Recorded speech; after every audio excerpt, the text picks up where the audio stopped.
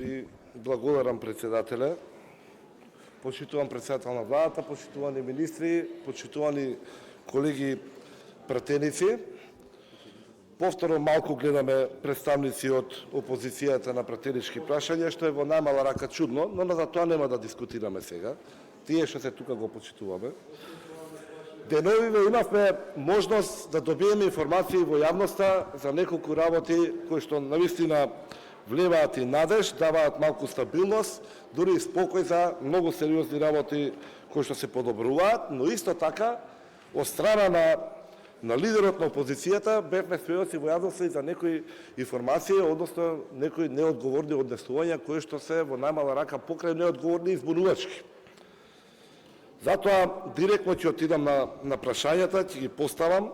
Се надевам без оглед дали председателот, дали министерот Аравари, било кој, да добиеме јасно и гласно одговори да знаеме на што сме. Ме интересира дали владата е свесна за башибозукот и хаосот кој што го наследи на онкологија.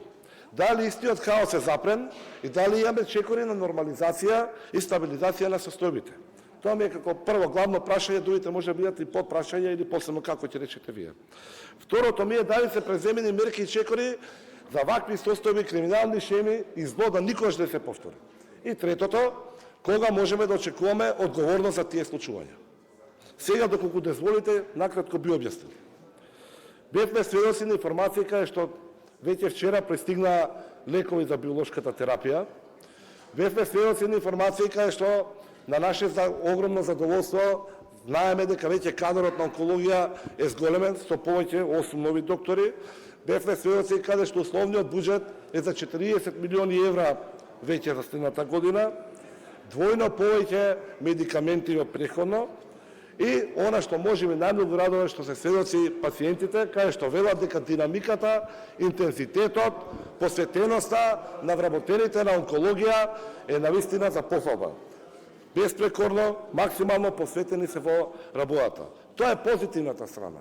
Од другата страна, бевме сведоци на неколку пресуди на лидерот на СДСМ, Венко Филипче, каде што во најмала рака можеме да сватиме дека СДСМ предводени од истата личност се непоправливи.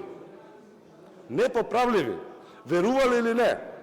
Излезе во јавност и кажа дека он лично стапил во контакт со некои добронамерни или не знам добри вили или самовили, каде што му кажале дека состојбите што беа утврдени на онкологија, каде што целокупната македонска јавност беше згрозена, тоа не било ништо, туку тоа биле активности кои што некој сакал неговиот лик и дело да ги загрози.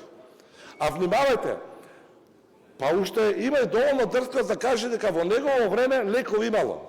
А истиот скандал настана кога се дозна дека наместо лекови луѓето добивале биолошки раствор. Ништо немало. А воедно да ги подсетиме нашите колеги, гледам доволно на голем број, дека истата таа личност на надзорната расправа, на анкетната комисија, не се сеќаваше на ништо. Ние мораме да имаме разбирање дека тој не се сеќаваше, а мораме да примаме информацијата што добил тој од самовилите.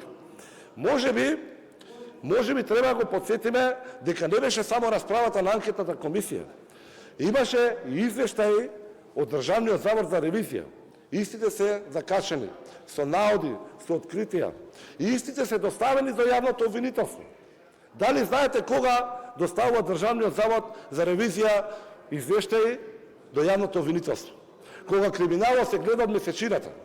Тоа се состои, почитувани колеги, кога Државниот завод при вршењето на ревизија налетува на такви фрапатни докази, на такви фрапатни ситуации, каде што малтене не сака да се чувствува како соучесник доколку не го пријави истото. За такви ситуации станува збор. Може би за тие извештаи велеше. Па уште кажува дека извештаи имало, но некој ги прикрил. А при тоа заборава дека во анкетната комисија имаше и посветени колеги од Социјалдемократскиот сојуз.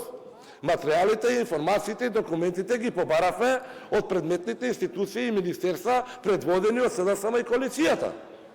Зошто можеби не наместо да верува на самовилите, сега не го гледам тука, празни се местата, да се свртеше неколку реда поназад и да го запраша за мислење Фатмир Менџити. Од таму ги добивме документите. Да беше тука колегата, може би ќе го прашав дали знае дека Венко Филипче го винува дека прикривал документи. Дали знае дека може би ги обвинува и сите оние што сведочеа на анкетната комисија дека лажеле, кога беа прашувани да предметните извештаи каде што велеа дека ги немаат. Дали може би ќе можеше му помогне доколку се свртеше кај тогашниот координатор на партиничката група на СДСМ, и тој не е присутен во салата, почитуваниот колега Јован Митровски, каде што во нивните предлог заклучоци во точка 1, точка 3, точка 4 се констатира дека состојбата на онкологија во здравството е катастрофална. Дали може би ние како колеги треба го подсетиме Венко Филипче дека тој како министер беше одговорен за состојбите во здравството. Имаме повеќе од 60 одредби во заклучоците кај што ги доставивме и до сите колеги и до јавноста. Дали треба денеска, после толку време, да го подсетуваме дека за тие состојби согласно член 252 тој бил одговорен за надзорот и за работењето, дека треба да биде запознаен со работите.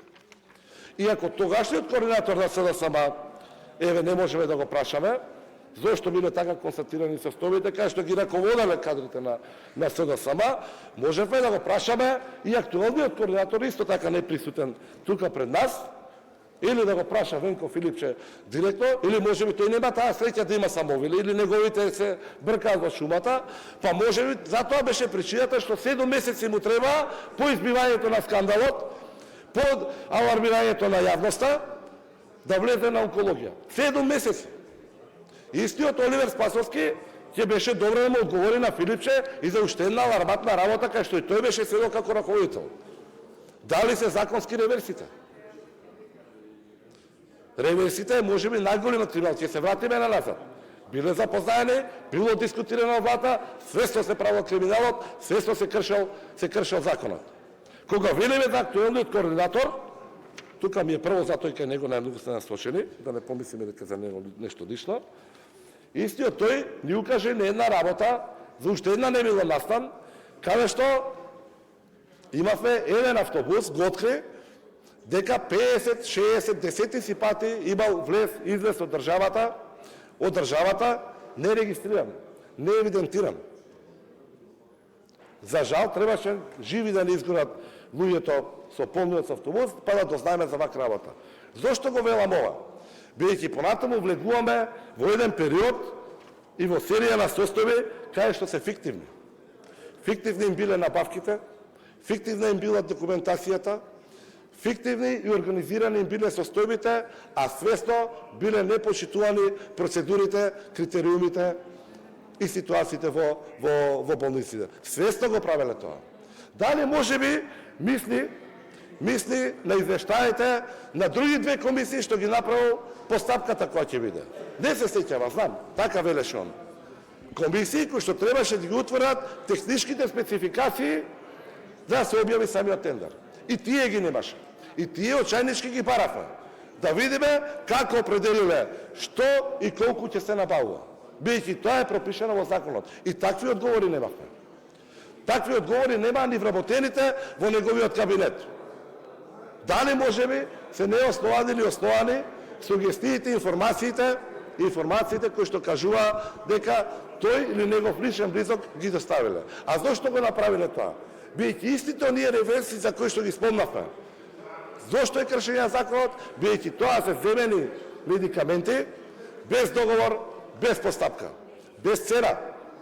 Тие се земени со нивни пречутен договор дека понатаму ќе направат они постапка, специјално за тој кој што се договарале, по цени кои што дополнително ќе ги достават. И затоа не случајно и државната ревизија утврдува несогласување со материјалната, финансиската и фактичката ситуација во онкологија. Имаме уште многу за зборење. Само ќе ви укажам за уште една работа. Ги имате сите стенограми. Може ли тоа да му го кажат почитуваните колеги од СДС на нивниот лидер? Каде што директорот тогаш на ФОЗАМ кажува дека таква ситуација со реверсите било на сите клиники. Затоа и моето прашање овде, а се надевам дека ќе имам простор уште многу да укажувам за овие состојби кои што беа наследени, дали таквиот хаос е запрен, Дали можеме да бидеме сигурни дека ваата презема чекори такво зло повторно не се повтори и кога ќе имаме одговорност за истото. Ви благодарам.